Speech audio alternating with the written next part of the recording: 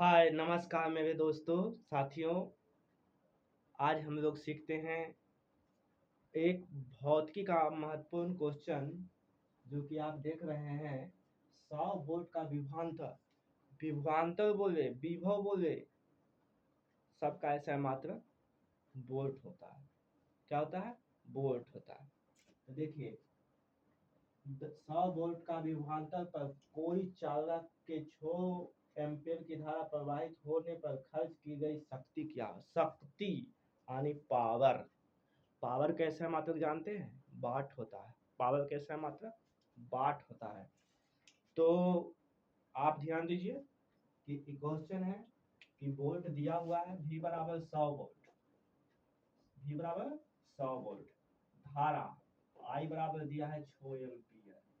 तो जानते हैं P बराबर एक फार्मूला याद रखिएगा VI। P बराबर VI। P बराबर क्या फार्मूला होता है? VI। इसी फार्मूला से बहुत सारा फार्मूला बन सकता है। आप लोग मैट्रिक में पढ़े थे सन 1827 ईस्वी में, जानते हैं ओम जी दिए थे।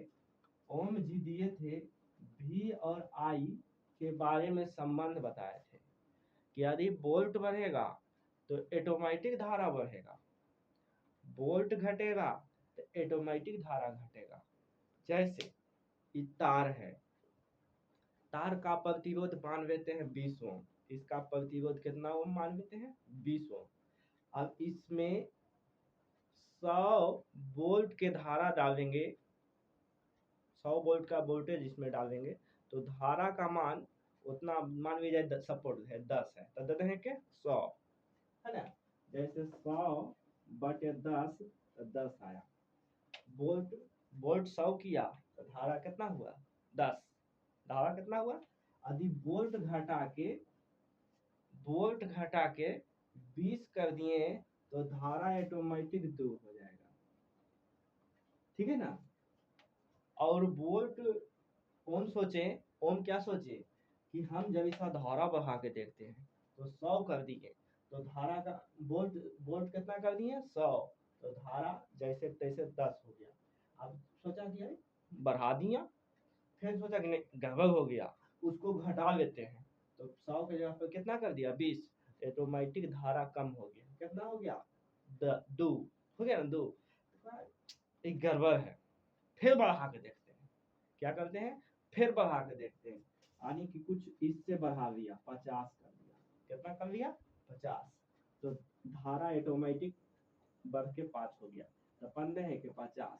तो ये देख रहे हैं कि तीनों सब नियत आ रहा है। सब क्या आ रहा है? नियत। तो यानी कि इसके जगह पर एक फार्मूला लगाया R। क्या लगाया? R। अब ओम पकड़ा गया। ओम क्या किया? पगला गया कि अरे तो ये क्या हो रहा है रे। कभी बढ़ाते हैं तो बढ़ता है, कभी घटाते हैं तो घटता है। तो इसका मतलब V बटे I समानुपाती क्या है? R। R रेजिस्टेंस यानी प्रतिरोध के रूप में हमारा यही ओम दिए थे, यही ओम दिए थे V बटे I बराबर R। लेकिन हम लोग इसको छोटा कर लेते हैं। क्या छोटा कर लेते हैं जानते हैं?